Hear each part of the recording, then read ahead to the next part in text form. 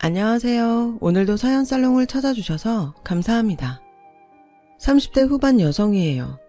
요즘 흔히들 축복을 기원하는 의미로 꽃길만 걸으세요 라고 말하잖아요. 요즘 저는 정말 매일같이 꽃길만 걸으며 살고 있답니다. 제가 화원을 하고 있거든요. 불과 몇 년 전까지만 해도 저는 혈액암 말기로 3개월 시한부 판정을 받고 자포자기한 상태였어요. 그랬던 제가 이렇게 완치가 돼서 꽃길을 걷게 될 줄 누가 알았겠어요. 고생 끝에 낙이 온다고 그 말이 헛된 말은 아니었던 모양이에요. 그럼 지금부터 기적 같은 저의 인생 사연을 들려드릴게요. 제 인생의 진로가 결정된 건 중3 여름이었어요. 새벽녘 화장실에 가려고 눈을 떴던 저는 모처럼 출근 준비를 하는 아빠와 마주치게 되었어요.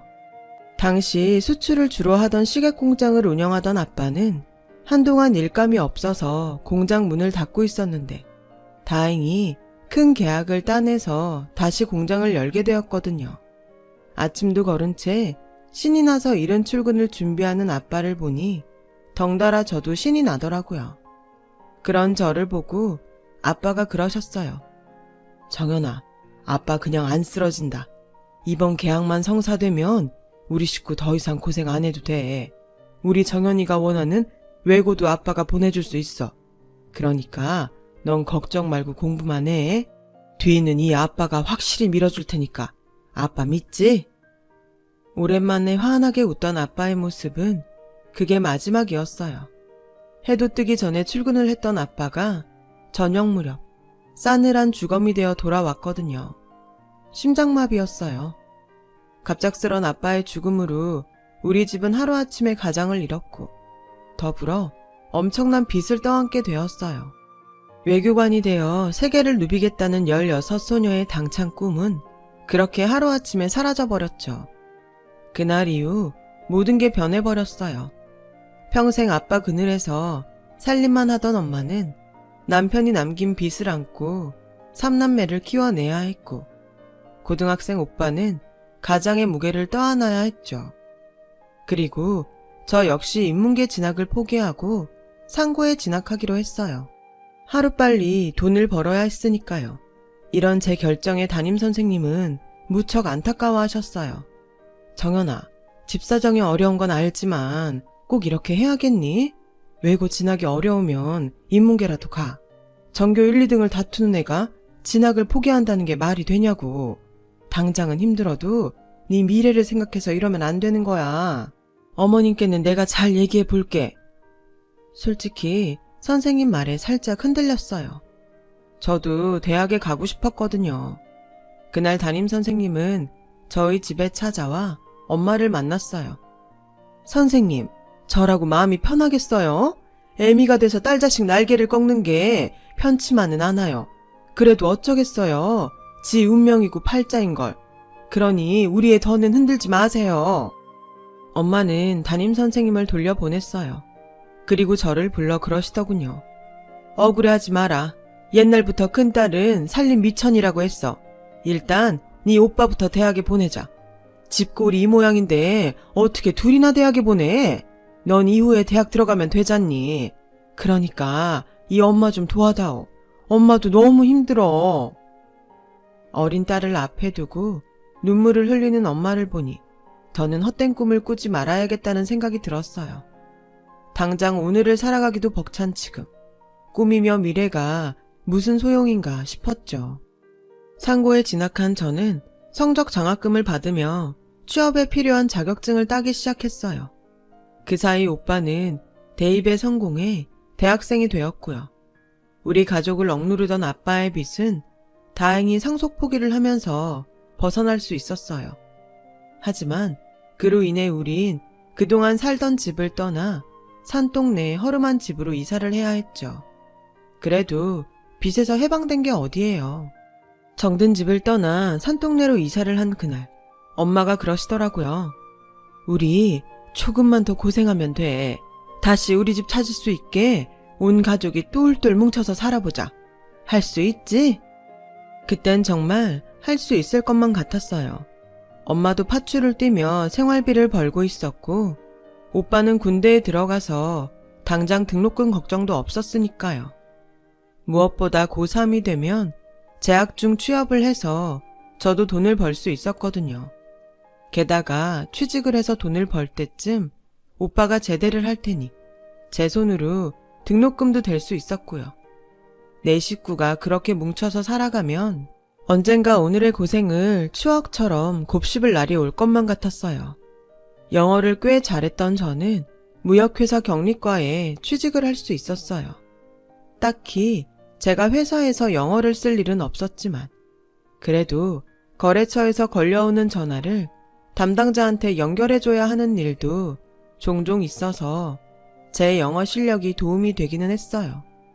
얼마 뒤 제대한 오빠는 복학을 했고 일부 학비는 장학금을 딴 덕분에 학비 부담은 조금 덜했죠. 정연아, 장남으로서 너한테 면목이 없다. 대신 오빠가 취업만 하면 그땐 오빠가 너 대학 보내줄게. 사실 공부는 네가 나보다 잘했잖아. 그러니까 그때까지만 참고 버티자. 오빠는 동생이 번 돈으로 대학에 다니는 걸 미안해했어요. 그 마음은 표정에 고스란히 묻어났죠. 그렇게 3년 뒤 오빠는 졸업 후 바로 대기업에 취직을 했고 드디어 저도 오빠 등록금 마련해서 해방이 됐어요. 이제야 숨 쉴 틈이 생겼구나 했는데 글쎄 여동생이 사고를 쳤지 뭐예요. 뭐? 임신? 너 미친 거 아니야? 도대체 누구야? 널 그렇게 만든 게 누구냐고. 수능 시험을 마치고 집 근처 패밀리 레스토랑에서 알바를 하던 여동생이 느닷없이 임신을 했다며 울먹였어요.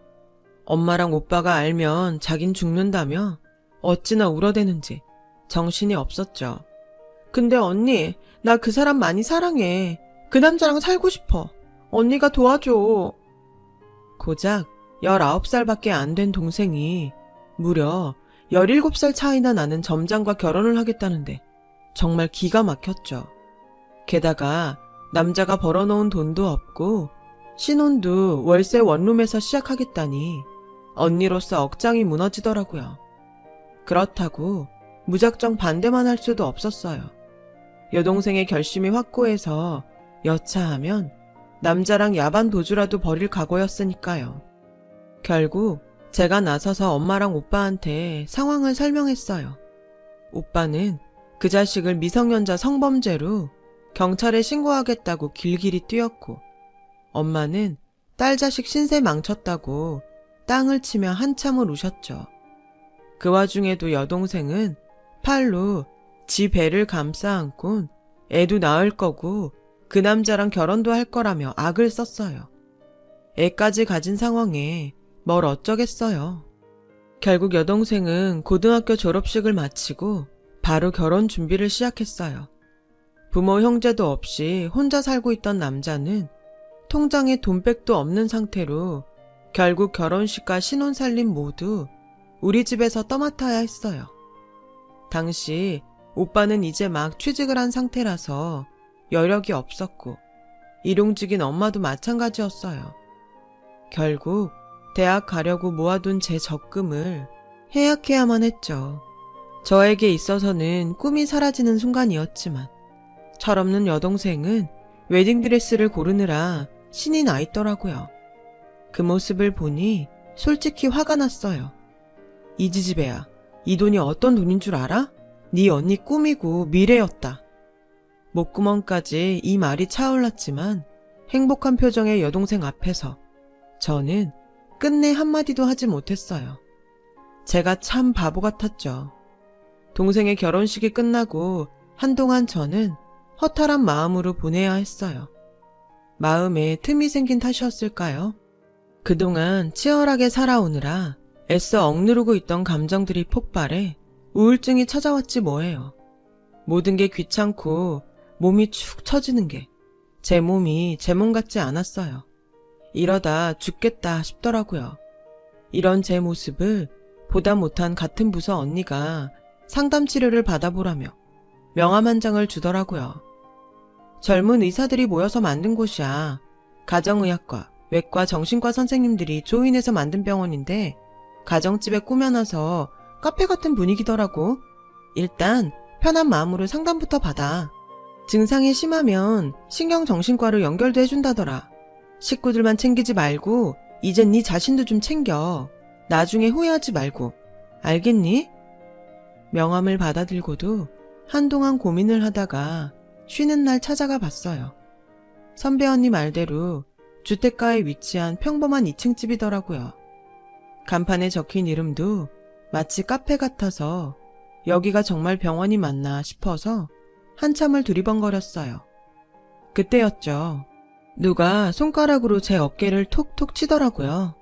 놀라서 돌아봤더니 젊은 남자가 저를 보고 싱긋 웃더군요. 들어가서 차 한잔 하고 가세요. 여기 커피가 아주 죽여요. 남자는 주저하는 저를 다짜고짜 안으로 데리고 들어갔어요. 인테리어도 그렇고 목가적 분위기의 카페 같더라고요. 다른 게 있다면 메뉴판이 없다는 것 정도였죠. 여기 카페예요? 병원인 줄 알았는데. 왜요? 어디 아프세요? 증상을 말씀하시면 처방해 드릴게요. 제가 바리스타 자격증 외에도 전문의 면허도 있거든요. 남자의 가벼운 농담에 어느새 긴장이 풀린 저는 폭신한 소파에 앉아 상담을 하게 되었어요. 상담이라기보다는 남자와 커피를 사이에 두고 대화를 나눈 거였죠. 편안한 병원 분위기 때문인지 아니면 자연스럽게 대화를 이끌어가는 남자의 능력 때문인지 모르겠지만 그날 전 살면서 누구에게도 말하지 못했던 제 감정을 꺼낼 수 있었어요. 그렇게 시작된 상담은 이후로도 매주 토요일마다 이어졌고 그러는 사이 저는 이전보다 더 밝은 모습으로 생활할 수 있게 되었어요. 누군가와 대화를 할 수 있다는 게 이렇게 신나고 즐거운 일인지 그동안 왜 몰랐을까 하는 생각이 들더라고요. 그렇게 6개월 정도 지난 어느 날 남자가 제게 그러더라고요. 이제 더 이상 여기 안 오셔도 돼요. 그 말을 듣는데 기쁘기보다는 왠지 서운하고 허전한 마음이 들더라고요. 그래서 아무 말 못하고 주저하고 있었는데 대신 이젠 저랑 밖에서 만나요. 의사와 환자 말고 남자랑 여자로. 우리 연애하자고요. 싫어요? 아니요, 안 싫어요. 좋아요. 근데 왜라뇨? 정연 씨가 좋으니까요. 내가 좋다는 그 말에 머릿속에서 종이 울리는 것 같았어요. 살면서 처음 느끼는 감정이었죠. 20대 끝자락에 처음 만난 사랑에 저는 정신없이 사로잡혀 버렸어요.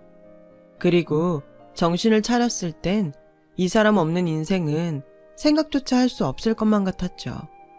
내가 번 돈으로 나를 빛내줄 옷을 사고 샵에서 난생 처음 펌도 했어요. 가족이 아닌 오직 날 위해서요.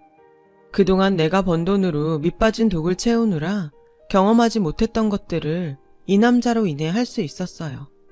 이제야 좀 사는 게 사는 것 같았어요.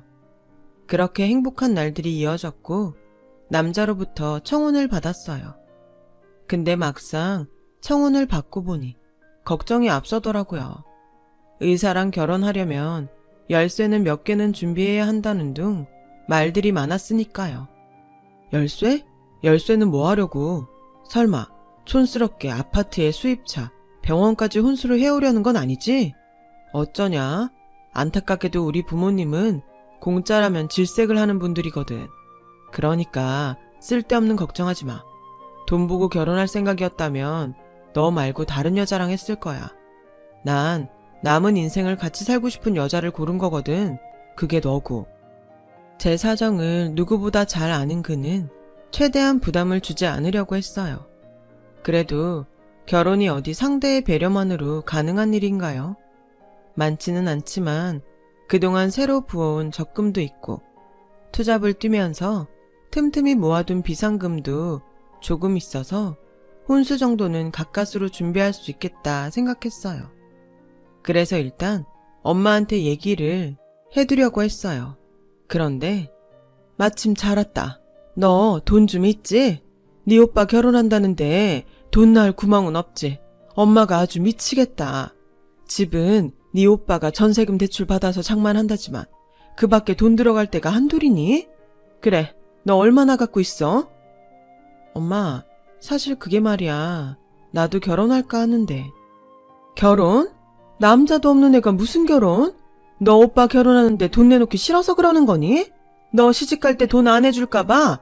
걱정 마. 누가 네 돈 떼어먹는데? 엄마, 그게 아니라 그동안 만나온 사람이 있어. 내가 상담받던 병원 의사인데 결혼하재. 안 그래도 엄마한테 인사드리러 온다고 그랬어. 의사? 너 어디 잘못된 거 아니니? 네 주제에 무슨 의사랑 결혼을 해? 우리 형편에 무슨 수로 의사 사위를 들이냐고. 정신 차려 이거사. 혼수 따지고 그러는 집 아니야. 아니긴 뭐가 아니야. 네 면전에 대고 이거 해와라 저거 해와라 그러겠어? 넌 그 나이 먹도록 어쩜 그렇게 세상 물정을 모르니? 암튼 지금은 네 오빠 장가 보내는 것만으로도 벅차니까 넌 나중에 얘기해. 결혼도 순서가 있는 거야. 막말로 네가 급하니? 네 오빠가 급하지. 게다가 한 해에 자식 둘 결혼시키면 주위에서 욕해. 그러니까 일단 가진 거 있으면 다 내놔봐. 네 오빠 장가부터 보내야지. 하필 오빠 결혼이랑 겹치는 바람에 제 결혼은 다음으로 밀리게 됐어요. 하지만 그보다 문제는 돈이었죠. 오빠 결혼하는데 주고 나면 정작 제 결혼 자금은 없으니까요. 내 결혼 미루는 건 어쩔 수 없지만 결혼 자금은 못 내줘. 내년이든 후년이든 나 결혼할 때 써야 된다고. 미안하지만 이번엔 돈 못 해줘. 정연아, 오빠가 급해서 그래. 집 때문에 대출이니 뭐니 싹싹 긁어서 수중에 돈백도 없어. 일단 내 결혼부터 하고 너 결혼할 때 이자까지 붙여서 갚을 테니까 제발 오빠 한번 살려주라. 정말 해줄 거지? 나 이 돈 없으면 정말 결혼 못해. 오빠 믿는다. 결국 오빠는 거지 똥구멍에 낀 콩나물 대가리까지 빼가듯 제 결혼 자금까지 털어서 장가를 갔어요. 그 바람에 제 결혼은 점점 뒤로 밀리게 되었죠. 그러던 어느 날이었어요. 언제부턴가 소화가 잘 안 되고 기침이 심해져서 점심시간에 회사 근처 병원을 찾았어요. 그런데 평소 빈혈도 심하고 피부에 자주 멍이 들었다고요? 네, 다리도 붓고 구토도 심해요. 의사는 아무래도 큰 병원에 가서 검사를 받아보는 게 좋겠다고 했어요. 그저 감기인 줄 알았는데 검사까지 받으라고 하니까 괜히 겁이 나더군요. 그래서 며칠 뒤 월차를 내고 근처 대학병원에서 검사를 받았는데 네? 혈액암이요? 그럼 전 어떻게 되는 거예요? 왜 병을 이렇게 키우셨어요? 그동안 전조증상도 있었을 텐데. 의사는 조혈모세포 제거 후 건강한 조혈모세포로 이식을 하는 게 최선의 방법이지만 조직 적합성 항원이 일치할 확률이 너무 희박해서 기대를 걸기 힘들다고 하더군요. 일단 항암 치료를 시작하자고 하길래 가족들과 상의하고 다시 오겠다고 하곤 병원을 나섰어요. 그날따라 유난히 맑고 화창한 하늘이 그렇게 원망스럽더라고요. 난 죽어가는데 아무 일 없이 돌아가는 세상도 싫고 이제야 겨우 사랑하는 사람도 생겼는데 하필 이럴 때 이런 병에 걸렸나 싶어 화가 났어요. 내 인생은 왜 이렇게 매번 내 발목을 잡고 늘어지는 건지. 차라리 이럴 거 태어나지나 말 걸 그랬다는 생각에 감정이 복받쳐 올랐죠. 그래서 미친 사람처럼 울면서 한참을 걸었어요. 그렇게 걷는 동안 앞으로 어떻게 해야 할지 조금은 정리가 되더군요. 일단 가족들에게 이 사실을 알리고 치료를 시작해야겠다고 생각했죠. 치료를 받으려면 돈도 꽤 들어갈 테고 일단 오빠 결혼할 때 빌려준 돈부터 받아야 했으니까요. 그런데 나도 당연히 마음 아프지. 동생이 암이라는데 왜 안 그렇겠냐? 근데 정연아, 갑자기 돈을 달라고 그러면 그 큰 돈을 무슨 수로 만드냐? 안 그래도 네 올케가 임신해서 출산 준비하는 것만으로도 버거운데.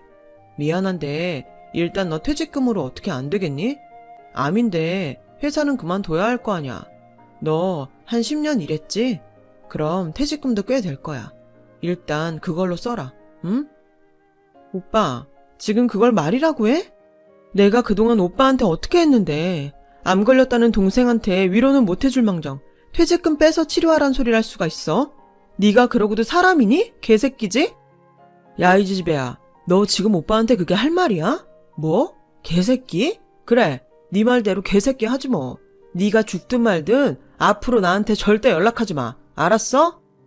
그동안 대가를 바라고 오빠 뒷바라지를 했던 건 아니지만 매정한 오빠 말에 그동안 들인 돈과 시간이 아까웠어요.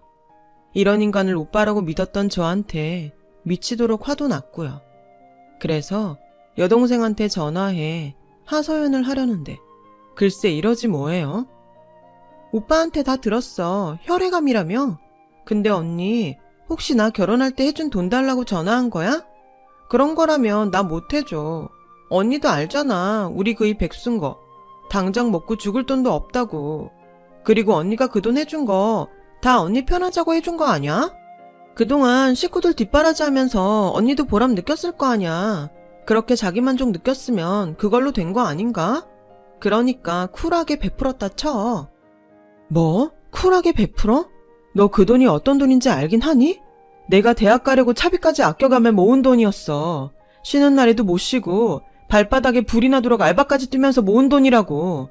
내 미래까지 알뜰히 헤쳐먹곤 나보고 쿨하게 잊어라? 됐다 이년아. 애초에 너한텐 기대도 안 했어. 이런 걸 동생이라고 그동안 챙겨왔던 내가 미친년이지. 차라리 전화를 하지 말 걸 그랬어요. 그랬다면 이렇게 가슴이 찢어지진 않았을 테니까요. 내 몸속에 있는 암세포들보다 더 암적인 존재들이 내 가족이었다니 억장이 무너졌어요.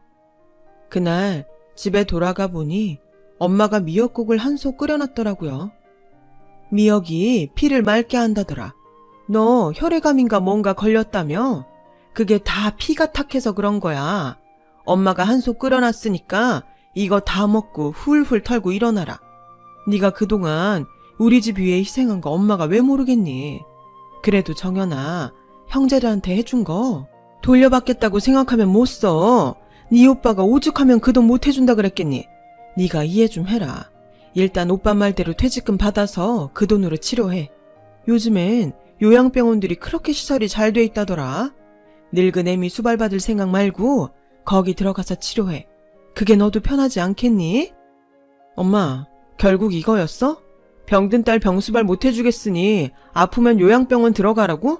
오빠한테 빌려준 돈도 포기하고 동생한테 해준 돈도 포기하고 네 힘으로 동구해서 투병하라고? 어떻게 다들 이러냐?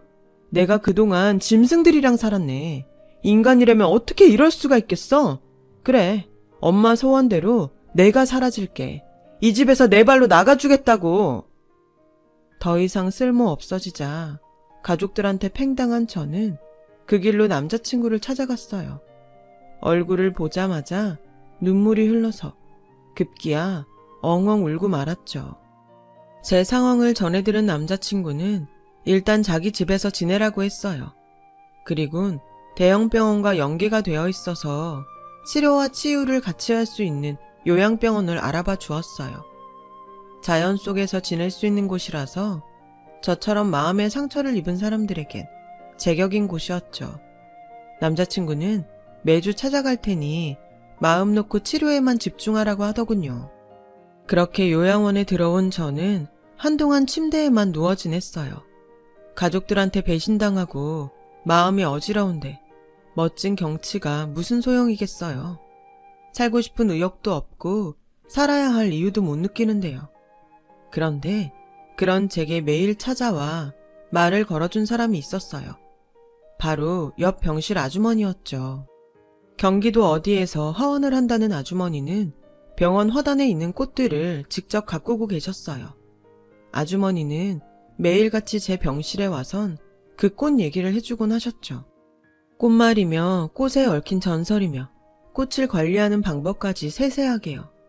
제가 반응을 안 하는데도 지치지 않고 한 달을 그렇게 찾아오셨어요. 아주머니, 꽃이 왜 좋아요? 처음으로 아주머니께 말을 걸었더니 아주머니께서 방긋 웃으며 그러셨죠. 피고 지고 또 피니까. 사람 인생도 그래. 살다 보면 피기도 하고 지기도 하지. 아가씨 인생도 꼭 다시 필 거야. 그러니까 살아. 살아나면 내가 좋은 선물 해줄게. 그러니까 침대에만 있지 말고 나랑 꽃도 키우고 살아보자고. 아주머니의 말에 눈물이 나더라고요. 가족들 누구도 저에게 살아나라고 말해주지 않았는데 피 한 방울 안 섞인 이 아주머니가 나를 살리자고 이렇게 찾아왔구나 하는 생각이 들었거든요. 그래요, 아주머니. 우리 살아요. 같이 살아서 같이 이 병원 나가요. 그날 이후 저는 아주머니를 따라 병원 허당 가꾸는 일을 했어요. 난생 처음 보는 꽃부터 흔한 장미까지 아주머니 손이 닿는 순간 모두 생생하게 살아나는 모습에 사람의 손끝에서도 기적이 일어날 수 있다는 걸 알게 되었어요. 그렇게 1년 가까이 아주머니와 저는 단짝처럼 꽃을 가꾸며 지냈어요. 그리고 바람이 쌀쌀해진 늦가을, 어느 날 아주머니는 제게 편지 한 장을 남기곤 세상을 떠나셨어요. 편지에는 자식도 없는 자신에게 딸처럼 살갑게 굴어져서 고맙다는 말과 자신의 화원을 맡아달라는 부탁의 말이 있었어요. 덕분에 마지막까지 행복했다면서요. 얼마 뒤 변호사 한 분이 오셔서 아주머니의 유산 집행을 해주셨어요. 은행 잔고와 현물 재산들은 모두 지정된 시설과 주변 지인들에게 남겼고 저에게는 화원을 남겨주셨다고 하더라고요. 생각지도 못한 화원을 갖게 된 저는 아주머니와의 약속대로 살아야겠다는 생각이 강해졌어요. 그래서 아주머니의 화원을 지키고 손수 꽃을 키우겠다는 꿈도 생겼죠. 그래서 면회온 남자친구한테 부탁해 화훼 관련 책들을 보내달라고 했어요. 아주머니한테 말로 들었던 것들을 떠올리며 꽃에 빠져 살았어요. 그리고 1년 뒤 저는 드디어 완치 판정을 받을 수 있었어요. 퇴원 후 남자친구와 함께 지내게 된 저는 아주머니로부터 받은 화원에 찾아가 보았어요. 생각했던 것보다 규모가 너무 커서 이런 걸 내가 받아도 되나? 덜컥 겁이 나더라고요. 화원 안의 꽃들은 아주머니한테 부탁을 받은 분들이 그동안 관리를 하셨더라고요. 아주머니께서 유산을 남겨준 분들이었죠. 그분들 도움으로 저는 조금씩 화원 일을 배워갈 수 있었고 몇 년이 흐른 지금 엄청난 규모의 화원으로 거듭날 수 있었어요. 그 사이 저는 결혼도 하고 딸아이도 출산해 육아와 화원 일을 병행하고 있어요. 그런데 얼마 전 그동안 연락을 끊고 살았던 가족들이 화원으로 저를 찾아왔더라고요. 지역방송에서 제가 화원 주인으로 나온 걸 봤다나요? 엄청난 규모의 화원을 본 가족들은 마치 먹잇감을 찾은 하이에나들처럼 다시 제게 달라붙기 시작했어요. 염치라고는 엿장수한테 엿바꿔먹은 파렴치한 인간들이었죠. 엄마는 또다시 가족 타령을 해대며 나이 드니 아들보다 딸이라며 이제 병도 다 나았으니 엄마랑 같이 살자고 하더라고요. 미쳤어요? 제가 당신이랑 살게? 병든 딸 버리는 매정한 사람한테 효도할 호구는 없어요. 제발 뿌린 곳에 가서 거두세요. 그리고 오빠, 그 사이 돈은 많이 모았어? 나랑 정산해야 할 돈이 그 사이 이자가 많이 불었는데 감당할 수 있겠어? 나 그건 1원도 안 깎아줄 거야. 참, 정민이 너도 돈 준비는 됐겠지? 너도 나한테 줄 돈 있잖아. 넌 쿨한 거 좋아하니까 시간 끌지 말고 현금 일시불로 처리해줬으면 좋겠어. 안 그래도 변호사 선임해서 소장 날리려고 그랬는데 이렇게 직접 와주니 한결 일이 수월하게 됐네. 정확한 액수 며칠 내로 보낼 테니까 각자 해당 금액 준비해줘. 그리고는 앞으로는 꽃 살 거 아니면 가급적 찾아오지 말아줘. 당신들한테 나는 역겨운 냄새가 꽃들한테는 해로울 것 같거든. 그러니까 당장 나가. 저는 직원들을 시켜 가족들을 밖으로 내쫓았어요. 그리고 그동안 오빠와 여동생한테 보냈던 계좌이체 이력과 문자 등을 근거로 제가 받아야 할 액수를 문자로 통보했어요. 그 돈이 꼭 필요한 건 아니지만 꼭 받아서 암 환자들을 위해 기부를 하려고요. 돈은 감사함을 아는 사람들에게 써야 그 가치가 빛나는 거니까요. 내 등에 올라타 등골 빼먹고 토사구팽했던 기생충 같은 가족들에게는 받은 대로 갚아주는 게 온당하겠죠. 가족을 위해, 남을 위해 배려하고 살아가는 건 좋지만 저보다 현명하신 여러분은 꼭 자신도 정말 잘 챙겨가며 행복하셨으면 좋겠습니다. 건강하시고요. 지금까지 제 사연을 들어주셔서 감사드려요. 여러분, 사연 댓글에 응원과 현명한 조언 부탁드려요. 좋아요와 구독은 저에게 큰 힘이 됩니다. 오늘도 좋은 일 가득하세요.